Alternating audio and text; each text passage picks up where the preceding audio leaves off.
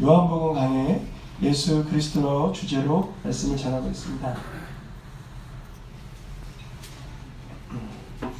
우리의 삶 가운데 예수님의 이름으로 능력이 나타나길 원합니다. 우리의 일상 속에서 예수님의 이름을 빌어 예수님의 이름을 사용하여 예수님의 이름을 통하여 능력이 드러나기를 원합니다. 왜 그래야 하는가? 예수님의 이름으로 나타나는 그 능력으로 인하여 예수님이 그리스도 되심이 드러나는 것입니다. 우리가 이거 잘 지워지는 지우개야, 이거 잘 써지는 볼펜이야 할 때 써봐야 하고 지워봐야 하는 것처럼 예수님이 그리스도라는 것을 알고 있고 믿고 있지만 삶의 현장에서 누리면 누릴수록 그 가치가, 그 능력으로 인한 그 가치가, 그 능력으로 인한 우리의 누림이 더 커지는 것입니다. 예수님의 이름으로 능력이 나타날 때 비로소 그때서야 예수께서 그리스도가 맞으시구나, 날마다 점점 더 그 의미를 깊이 알게 되는 것입니다.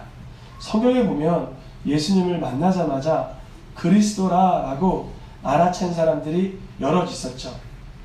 안드레도 그랬고요. 그래서 베드로를 예수님께 이렇게 인도했고요.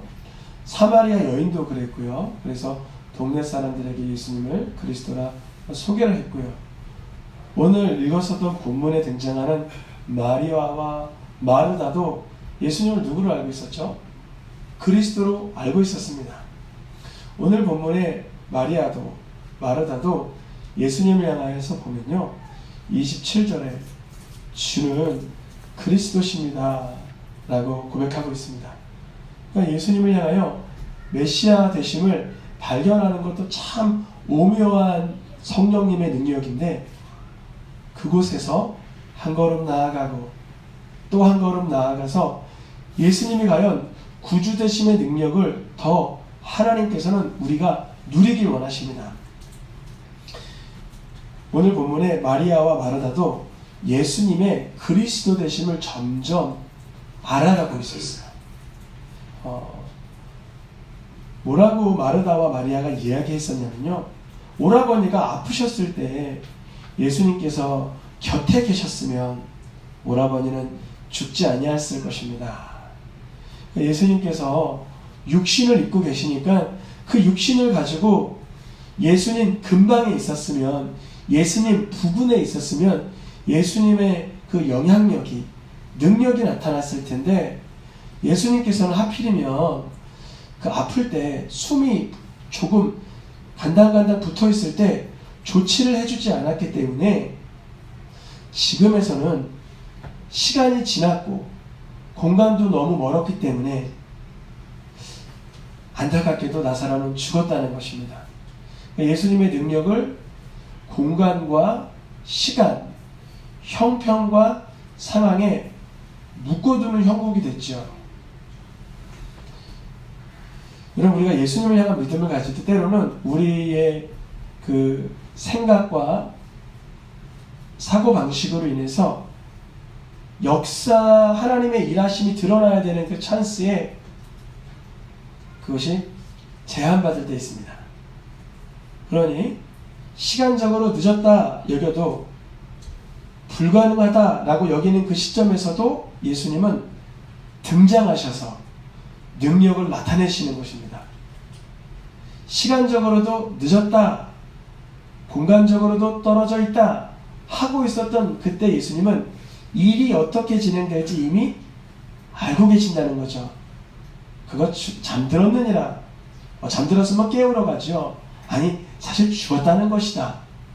예수님 이미 그가 죽었다는 것도 알고, 또 반대로 죽을 병이 아니라는 것도 알고 있는 거예요.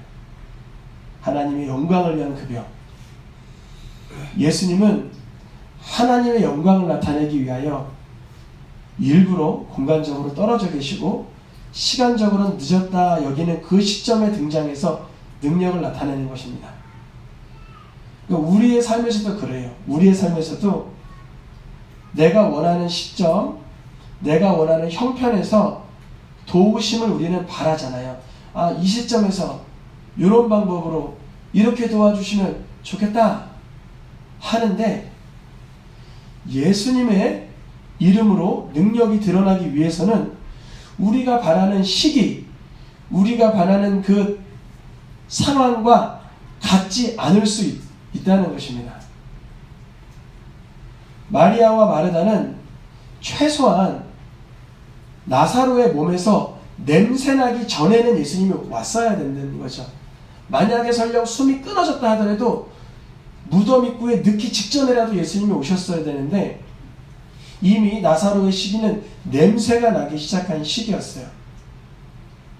그런데요, 그러한 시기였기 때문에 예수님의 등장은, 예수님의 능력은 마르다와 마리아를 위문하러 온 많은 유대인들에게 예수님을 믿게 되는 계기가 되었다는 것입니다. 45절 말씀 같이 읽어보겠습니다. 시작. 마리아에게 와서 예수께서 하신 일을 본 많은 유대인이 그를 믿었으나, 마리아, 마르다를 위로하려고 그 동네 사람들이, 유대인들이 많이 왔는데요.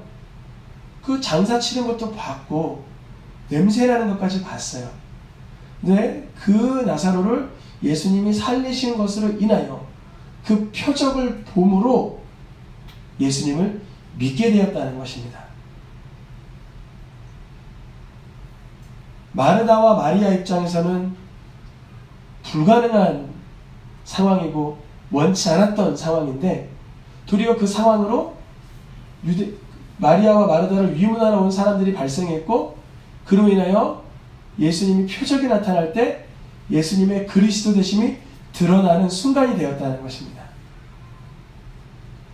우리 새생명교회에서도 이러한 예수님 이름의 역사가 나타나기 원합니다. 이러한 예수님의 이름의 역사라는 건 뭐냐면, 우리가 원치 않은 시점, 우리가 추측하는 상황이 아닌 보다 혹독하고도 보다 우리의 영역을 뛰어넘는 상황에서 예수 이름의 역사가 나타나길 원한다는 것입니다.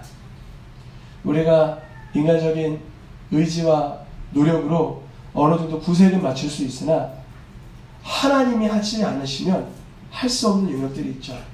어떤 거죠? 죽음의 영역, 죄의 영역, 불가능의 영역이라는 것이 있습니다. 예수님께서는, 예수님이 불가능을 넘나드시는 하나님의 아들이심을 드러내려고 그 시점을 택하신 것입니다. 이틀 머물고 가신 것입니다. 우리 새생명교회에 아픈 자들이 낫는 역사가 나타나길 원합니다. 우리 새생명교회에 믿음이 약하던 자들이 믿음이 강해지던 역사가 나타나길 원합니다. 인간적으로는 가능성이 없는 그러한 형편에서 치유되는 역사, 온전케 되는 역사, 회복되는 능력이 나타나길 원합니다. 요새 제 기도 제목이에요. 요새 제 기도 제목. 요새 제가 몸이 많이 아프고 많이 힘든 가운데 있어서 치유되는 능력, 회복되는 능력, 온전케 되는 능력, 그것이 저뿐 아니라 우리 모든 성도님들에게 풀어지길 원합니다.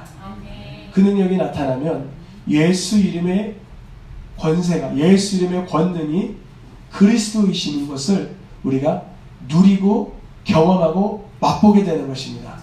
예수님, 예수님. 새벽마다 요즘 나와 기도하면 너무 감사해요. 정말 여기 어린 우리 하이도, 또 우리 성도님들도 먼 곳 가까운 곳에서 주무시기까지 하면서 새벽에 나와 기도하시는데 너무 주님 하실 일이 기대됩니다. 주님은 반드시 우리의 부르짖음에 응답하십니다. 우리 생각으로는 하나님의 능력을 제한할 때가 있어요. 그런데요, 예수님은 예수님 자신을 그리스도로 드러내기 위해서는 죽은 자도 살리는 능력을 행하셔야 되는 거예요. 그러니까 여러분, 기적이 일어나고 표적이 일어나고 능력이 나타나면 내가 뭘 유익을 얻어서 좋은 것뿐 아니라 하나님의 이름이 예수 그리스도의 능력이 나타나는 것이기 때문에 기쁜 것입니다.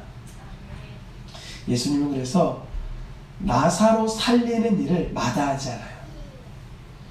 왜냐하면 나사로를 살림으로 인하여 많은 유대인들이 예수님에게 초점이 올 수 있다는 걸 알고 계시니까 그런 것입니다. 그런데요, 그 중에 어떤 자는 어디로 향했어요? 누구에게 향했다 그래요? 바리새인들에게 가서, 정죄하는 자에게 가서, 판단하는 자에게 가서 그 표적과 기적과 이사를 보면서 하나님께 영광 돌리며 기뻐하는 소망 가운데 거하지 못하고, 바리새인들이 요한복음 5장과 7장에 보면 한사코 예수님을 죽이려고 합니다. 어떻게 하든지 예수님을 정죄하려고 합니다. 어떻게 하든지 판단하려고 합니다. 근데 그 바리새인들에게 가서 그 일을 이렇게 여기서 알린다는 것을 전도했다, 이런 분위기가 아니고요. 가서 밀고 했다, 이런 거죠. 몰래 예수님이요, 이런 일까지도 했대네요. 어떻게 하면 좋아요? 이런 상황이에요. 그래서 바리새인들은 공회를 모읍니다. 공회를 모으고 뭐라고 논의하냐면, 이 사람이 표적을 너무 많이 행하고 있다. 많은 표적을 행하고 있다. 우리가 이 예수라는 청년을 어떻게 하면 좋겠나 상의를 합니다. 그런데 이러한 의견이 나옵니다. 48절 읽어보겠습니다. 시작. 만일 그를 그대로 두면 모든 사람이 그를 믿을 것이요, 그리고 로마인들이 와서 우리 땅과 민족을 빼앗아가리라. 지금 표적과 이적을 나타내시니 모든 사람이 예수님을 뭐 할 것이라 그래요? 믿을 것이요. 이 대제사장 그룹과 바리새인들은 사람들의 이목이 누구에게 집중되길 원하고 있죠? 자신들에게. 여러분, 교회의 이목이 예수께 집중되시길 축원합니다. 누가 봐도 그 사람이 예수님께 집중할 수 있도록 늘 영적인 지시 등을, 방향 등을 켜줘야 되는 거예요. 그런데 이대로 두면 모든 사람이 예수님에게 그 모든 마음을 둘 거야. 예수를 믿어버릴 거야. 그리고 로마인들은 와서 무엇을 뺏어나간다 그러죠? 땅과 민족을 빼앗아가리라. 여기서 질문이 있습니다. 유대인의 땅과 유대인들의 민족이 지금 자기들 소유에 있기는 합니까? 유대인들의 땅과 유대인들의 민족이 자기들 소유에 있기는 합니까? 아니라는 거예요. 어리석은 걱정을 하고 있는 거예요. 지금 바벨론 포로 이후에 페르시아, 헬라 시대, 로마 시대에 이르기까지 이스라엘의 나라는 존재하지도 않으며 사마리아와 유대로 나누어졌으며 이미 강대국 틈 속에서 속국으로 전락해버렸는데 자기네들 땅이 없어요. 사실 자기네 민족도 없어요. 오히려 그들은 사마리아의 혼혈 민족으로 나라가 땅을 빼앗기고 주권을 빼앗기고 왜 이방 민족의 통치를 받고 있으면서 지금 참구원자 예수 그리스도께서 오셨음에도 불구하고 정말 불필요한 걱정과 근심에 휩싸인 것입니다. 공회에서 걱정하는 내용은 이것입니다. 그런데 이것을 이들의 속마음을 번역해보면 이렇게 번역할 수가 있는 것입니다. 한번 요 48절 말씀을 이들의 속내를 가지고 번역을 해보면 이렇게 읊을 수 있습니다. 이제와 로마에 발붙여 우리 이득을 따라 살고 있건만 왜 저런 소동이 일어나서 우리들의 밥그릇이 보장받지 못하게 하는 거야? 이것입니다. 아무리 로마의 압제 속에 있어도 제사장 그룹과 바리새인 그룹과 서기관 그룹은 그들의 종교 행사권으로 인해서 그들의 이득을 보장받고 있었어요. 그러니까 예수라는 청년이 본질로 돌아가자, 하나님께 돌아가자, 하나님의 뜻 가운데 거하자라고 하는 그 외침이 삶에 있어서 걸리적거렸던 거예요.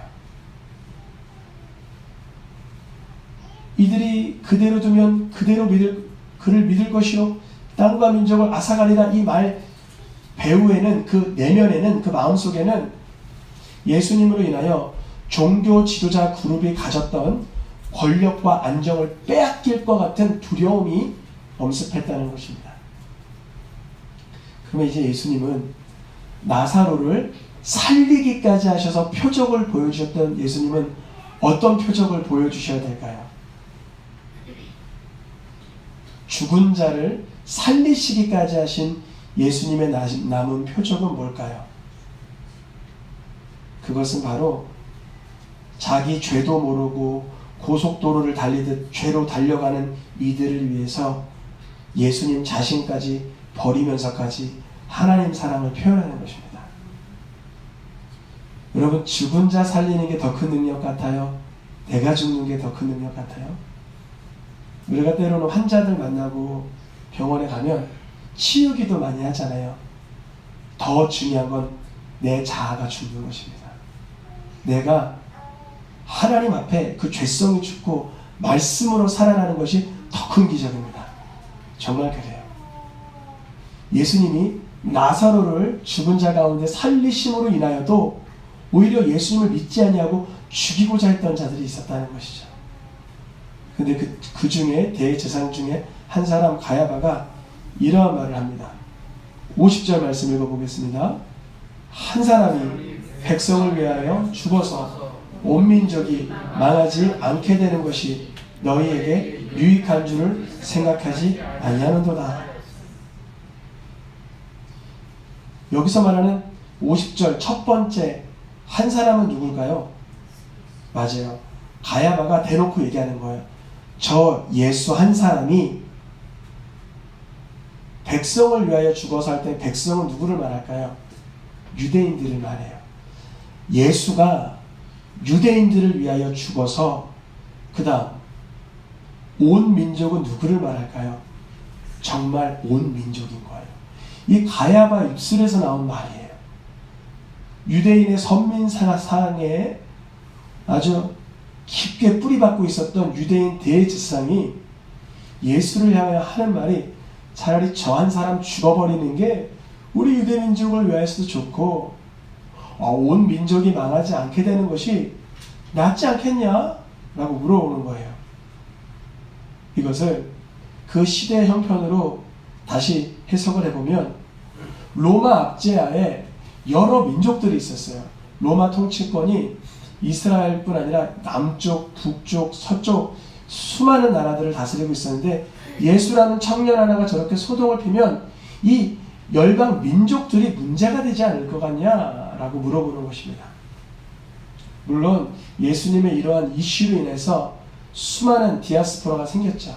핍박받는 유대인들이 예수님을 믿음으로 인해서 많은 곳에 흩어져 버리게 됐죠. 그러나 이 말은 스스로 한 말이 아니다 라고 사도 요한이 얘기합니다. 51절 읽어보겠습니다.